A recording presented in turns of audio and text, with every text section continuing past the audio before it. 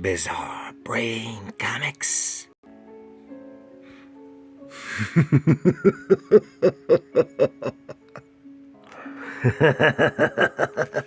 Hello, my comic book fiends.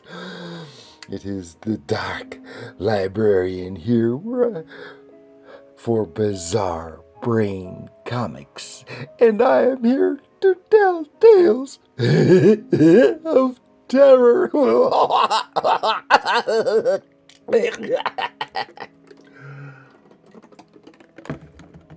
Oh, I just about cracked myself up there. Okay, here we go. And what we're here to look at this time is from the Archie horror series. It's Chilling Adventures of Sabrina, monster sized. And this monster sized issue, this is from 2019, reprinting material from 2014, 2015. This was in conjunction with the Netflix original series of The Chilling Adventures of Sabrina. Okay, and this is it's monster-sized edition, square bound, and all, and it features the original issues number 6, 7, and 8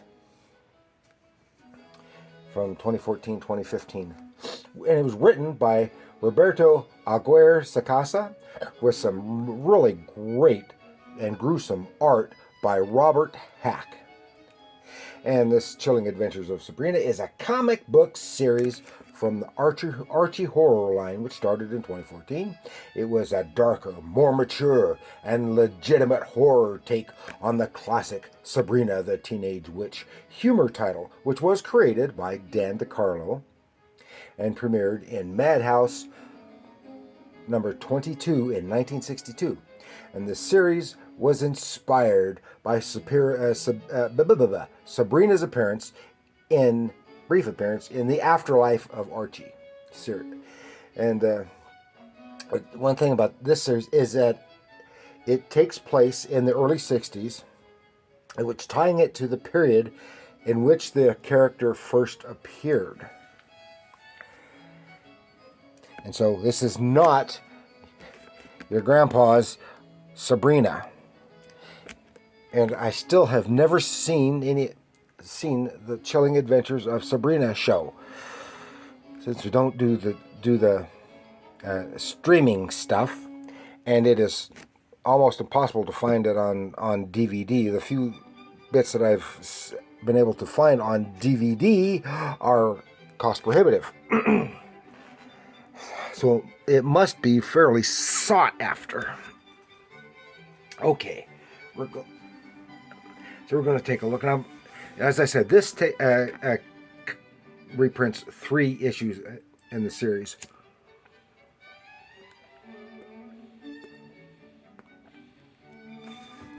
It is gruesome. It is more mature. It's listed as teen plus. And I would put emphasis on the plus, because it does have a little bit of nudity, but not in a sexual manner.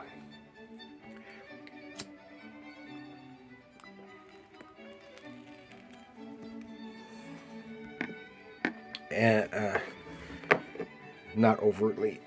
And earlier issues of this,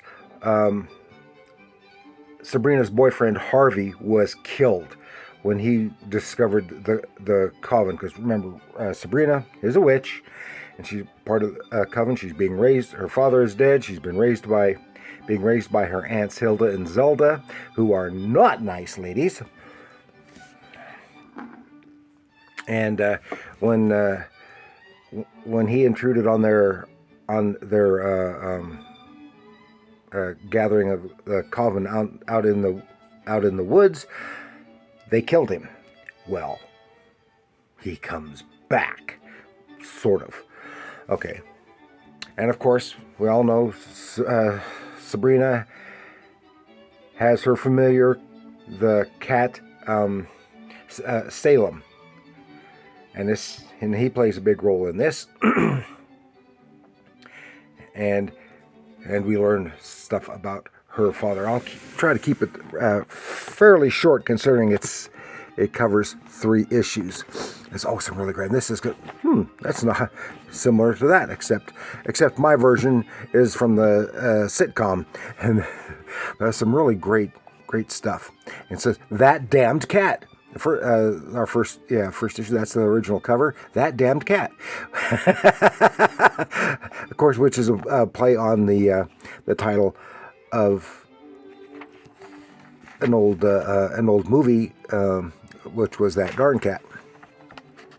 And here it talks about, started off with the familiar in the Spellman house, and there's a mouse cut around, and there's Salem, and Salem just ignores the mouse, but they also have a pair of cobras there. The cobras, and they are intelligent and can speak also, and they get the mouse, and then they ask.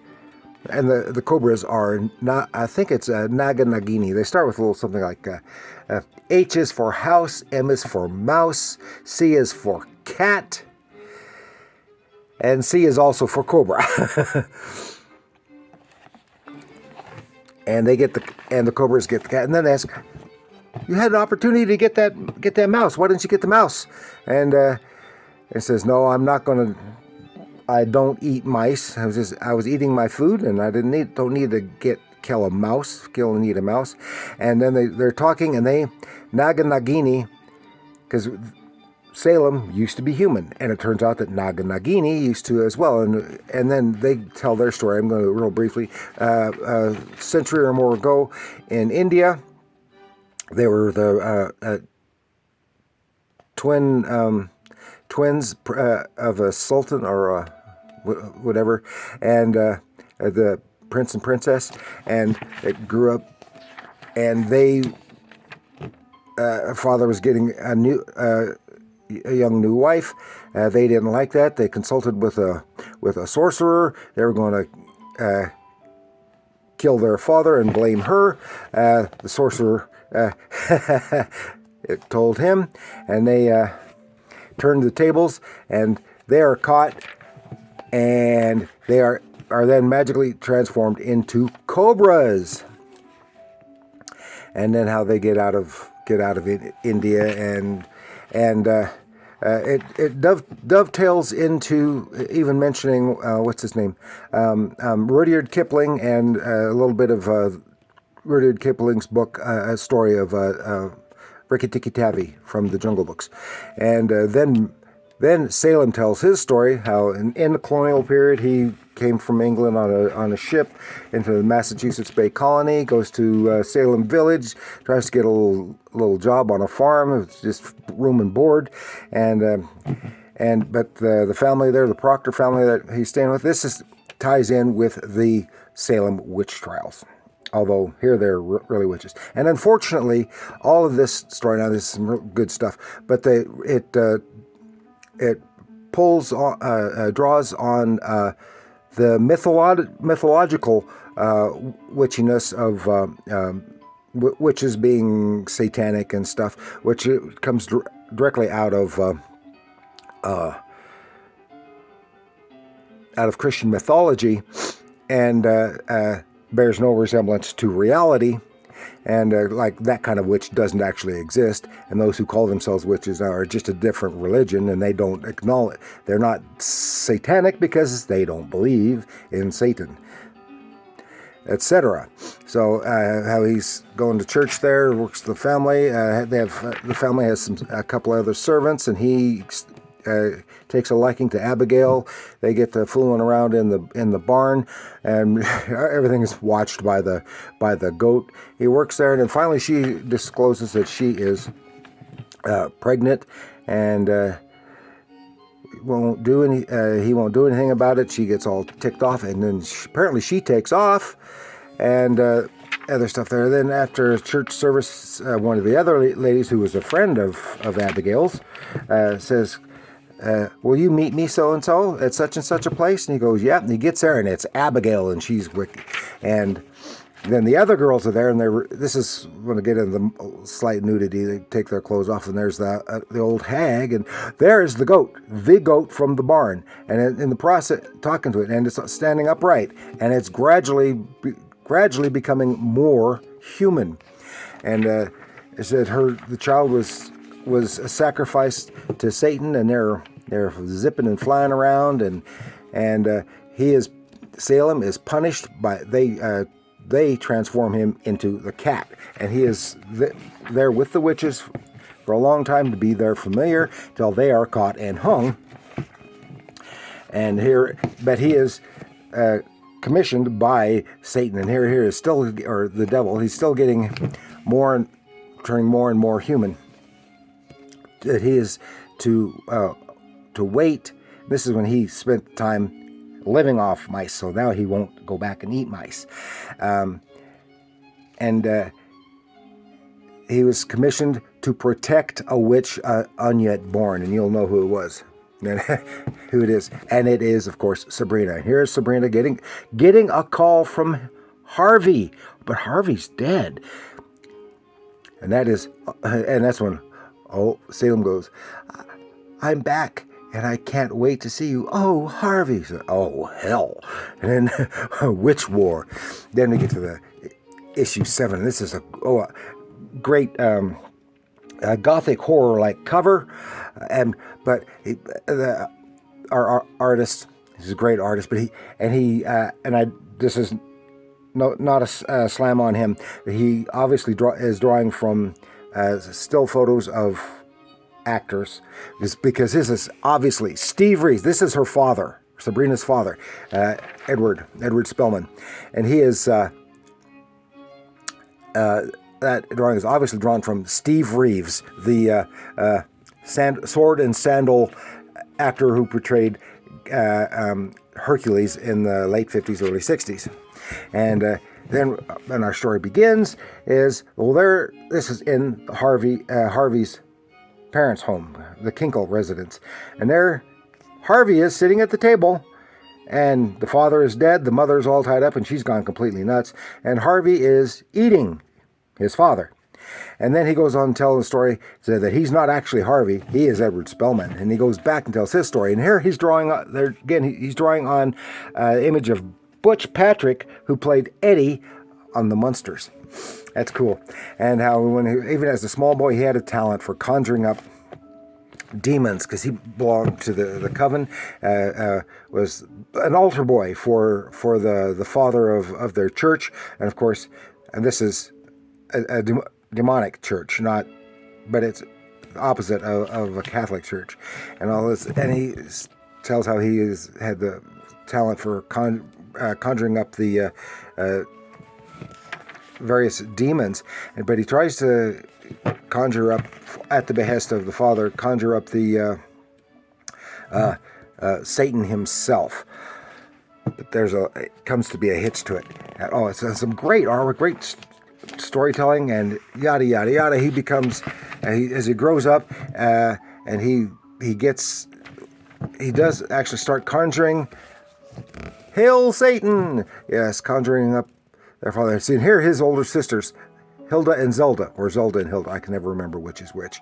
Hilda and Zelda, in the congregation, and he does it several times. He gets, and eventually the father is getting too old, and so Eddie wants to take his place, and eventually does, but by causing him to expire by showing that he never did conjure Satan himself. He conjured another demon and made a pact with her, because she has the ability to appear as other things, and she appeared as Satan. So everyone thought she was conjuring him up. So he does it one more time in front of the congregation. He gets the part, gets the job, and he's wanting to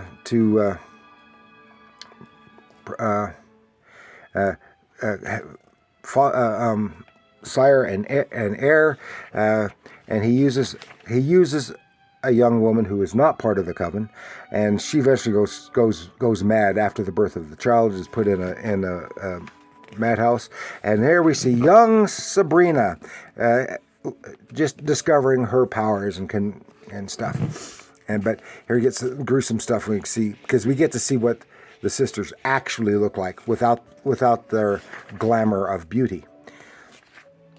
But by and large, they are more powerful than he is. But they don't like him. They realize what's going on, and it becomes a battle between the witches, between the sisters and Edward. And and here, even opening this this mouth in the tree to gobble him up, and there is. I won't say what it looks like, but yeah, that's what it looks like. And so he is done away with. But then next thing you know, he's waking up, crawling out of a grave, and he is in the body of Harvey Kinkle, a healed body of Harvey Kinkle, full, and has all the information and stuff there. And he is anxious to see, because there's a picture of Sabrina. He's anxious to see Sabrina, but he's not going to tell her stuff. And then now we're back up to date. Now he's got to go see Sabrina. Oh, that's creepy. Yeah, creepy stuff. And these covers and stuff. They're just much like some of the classic pre-code horror. Because, like I said, 60s, the very old-fashioned art. You hear the song she's dancing to, which is. My boyfriend's back, and the old-fashioned underwear, and she's getting dressed, and cousin Ambrose is trying to keep an eye on her, as well as Salem, and she says he tries to keep her from going, and she has a vision of another instant with a blonde brunette cheerleaders who are actually Betty and Veronica, and they were involved in the death of Harvey. And she gets on the broom and takes off, and that's a great image of her cruising off on the broom. Whoosh, goes to meet Harvey at Pops. There's Jughead, and he does not let her know that this is. Now she gets a momentary flash of part of the story when she sees Jughead from Afterlife with Archie, when Jughead becomes a zombie, and various other things. But she doesn't talk about those. But she sees him, and just talking with Harvey. There's Pop, and how they went, and he's having naughty thought. He knows she's his daughter, and he's having naughty thoughts about it. Then the sisters realize what's going on, and they convert. Of course, they don't realize that it's Edward in the body of Harvey, and they appear there, drop their glamour, and we see their actual appearance. And they went to stop her because she had performed a spell which raised Harvey. I had forgotten to mention that, but she had, and it worked, sort of. And so it's a war of the witches. They go to town with these other supernatural things. And Sabrina is more powerful than they are, and does stuff, and takes care of the old ladies and the things, and then later, I'll see you at home. Some great stories, great artwork. And it was so much fun reading this. And then so she is one, so she takes off with Harvey. Woohoo! And now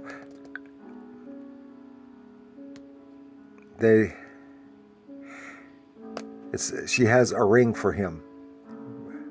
Very nice. What's the occasion? Harvey, it's the ring you were going to propose to me with. Oh yeah, because Harvey's mother gave it to her. Yeah. And this is when the little things are slipping through. He goes back home, and there's the mother. She's just mad, all covered in blood. And Sabrina slips back in the house, and then all the pictures on the wall. Other creepy things from Dark Shadows and stuff. And then that is it, leading up to the kill list. Ooh, Chilling Adventures of Sabrina 6 variant. Oh, that's cool, having some of the variant illustrations, variant covers. You can see it, and then the ad for the TV show. Oh, and I really enjoy. I've got the graphic album of it. I'm not sure if it covers these issues or not. I don't remember. It's been quite a while since I read it. So anyway, that I just took a lot longer than I intended to, but it is 3 issues. So I want to thank you for joining me. Please like, share, subscribe, leave your comments down below. Are you the kind that don't consider Archie horror actually horror? Well, that's your prerogative. I do. It's not terribly horrifying, but it's some of the better horror that's out there, and at least more coherent than at least the stuff that I have seen. So, and has some great artwork and some great writing. So I want to thank you all for joining me. Please like, share, subscribe. Leave your comments down below. Let me know, do you like The Chilling Adventures of Sabrina, or do you not like that, or do you not like Archie horror at all? Let me know in the comments below. And remember, comics are art.